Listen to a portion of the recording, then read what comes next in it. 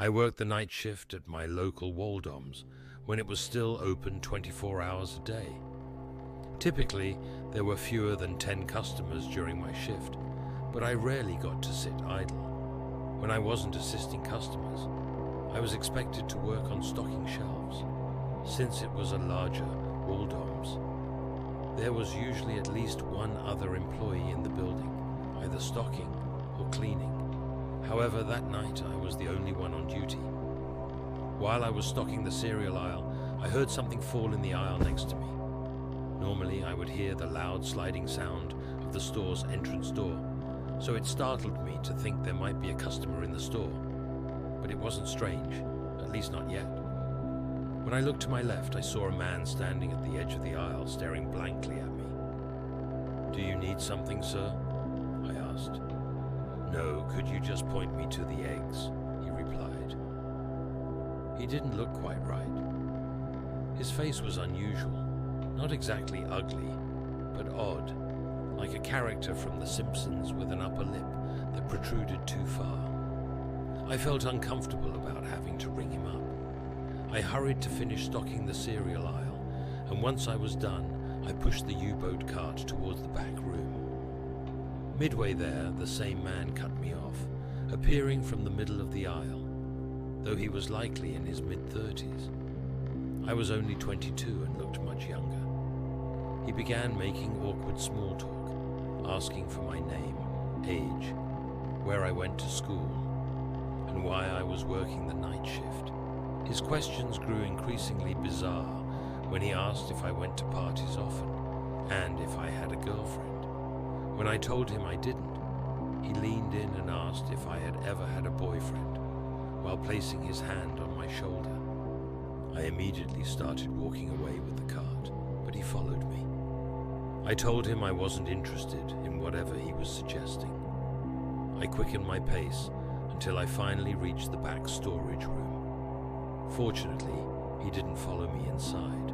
I wasn't supposed to stay in the back for long to prevent theft, so I decided to wait at the register for him to check out and leave. However, I waited for at least 20 minutes, and he never returned. I assumed he had left, and if he had stolen the eggs and something else, there was nothing I could do about it. I needed to use the restroom, so I quickly jogged to the back of the store and into the employee bathroom. Just as I sat down on the toilet, my heart sank when I heard the bathroom door open. I resisted the urge to call out, thinking, "You can't be in here," because I didn't want to reveal my position. I lifted my legs to avoid being seen from under the stall, and what happened next was horrifying. I sat there, frozen, staring at the floor for what felt like an eternity. When I finally looked up, I saw an eye peering through the crack of the stall door. I screamed, realizing I was trapped. I had one chance to act. I grabbed the box cutter from my pocket and slid it through the crack of the door, forcing him to move his eye away. Seizing that moment, I slammed the stall door open in his face and bolted out of the bathroom, escaping the store. I called my boss at least 5 times before he finally answered, and I explained everything. He advised me to call the police, which I did. Unfortunately, by the time the cops arrived, the man was no longer in the store. After that night, I only worked the night shift twice more, and thankfully, I never saw him again.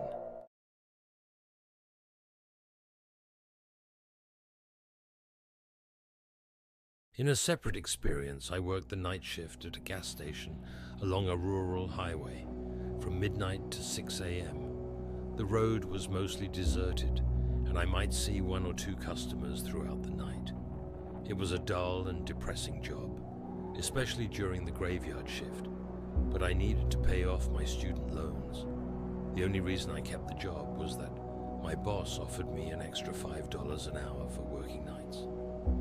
One cold December night, while reading the newspaper and playing games on my phone, I noticed the headlights of a red pickup truck pulling into the parking lot. A man stepped out and shut the door, then stood by the gas pump. I assumed he wasn't paying cash, so I returned to my newspaper. A few moments later, I looked up and saw he was still standing there, staring at the pump.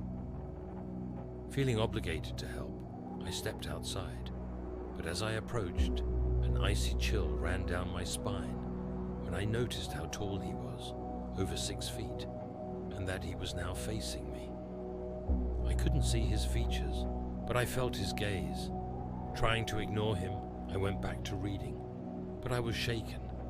I just wanted him to pay and leave. When I looked up again, I gasped. He was now much closer to the front door. It would have been less disturbing if he had been moving, but he was just standing there, staring.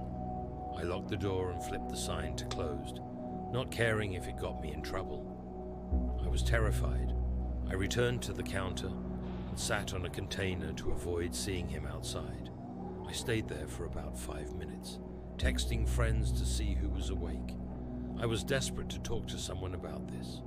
When I finally mustered the courage to check if he was gone, I screamed.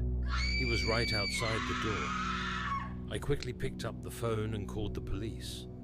The operator hesitated, unsure about sending someone based on my description, but I managed to convince them.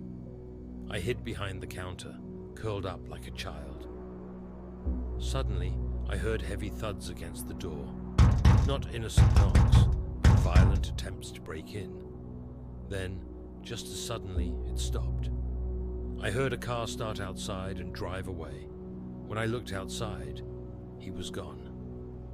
A patrol car and a state trooper arrived shortly after I reported the red pickup truck and gave them the direction I thought he went, but I couldn't describe his face, only the darkness I had seen. Unfortunately, there wasn't much the police could do since he hadn't committed any crime. I left that job a few months later for a position in the city.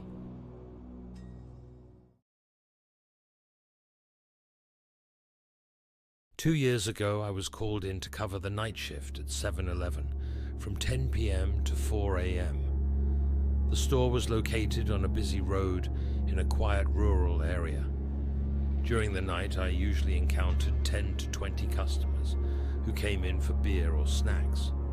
One night, a man in his mid-20s walked in, making loud, strange noises. I assumed he had a mental disability and feeling sympathy for him. I tried to engage him in conversation.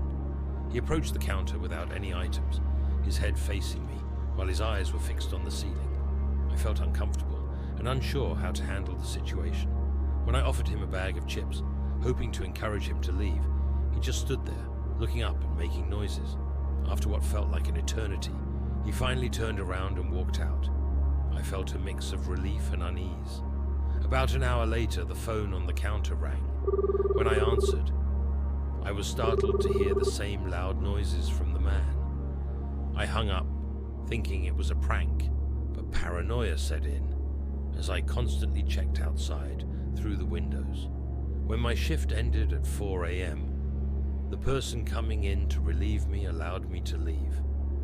I got home and tossed my things onto the table, ready to sleep. But within a minute, my phone rang again. A chill ran down my spine. Why would someone call at 4 a.m.? I picked up the phone and heard the man again, making those disturbing noises. I slammed the phone down, feeling sick to my stomach. All night I felt like I was being watched, even with the blinds shut, and I could swear I heard strange noises throughout the house. I refused to sleep until dawn. Weeks later, while going into the basement for the first time in a while, I found papers scattered across the floor. In the basement closet, I discovered writing on the walls, 7-Eleven, and the addresses of both the 7-Eleven and my house. Most disturbing of all, I found various kitchen knives and a large pocket knife in the closet. What had started as an innocent encounter had escalated into something horrifying. He had been living in my basement for who knows how long, and I was just grateful that, for whatever reason, he had decided to leave. I haven't seen or heard from him since, but I know he is dangerously ill.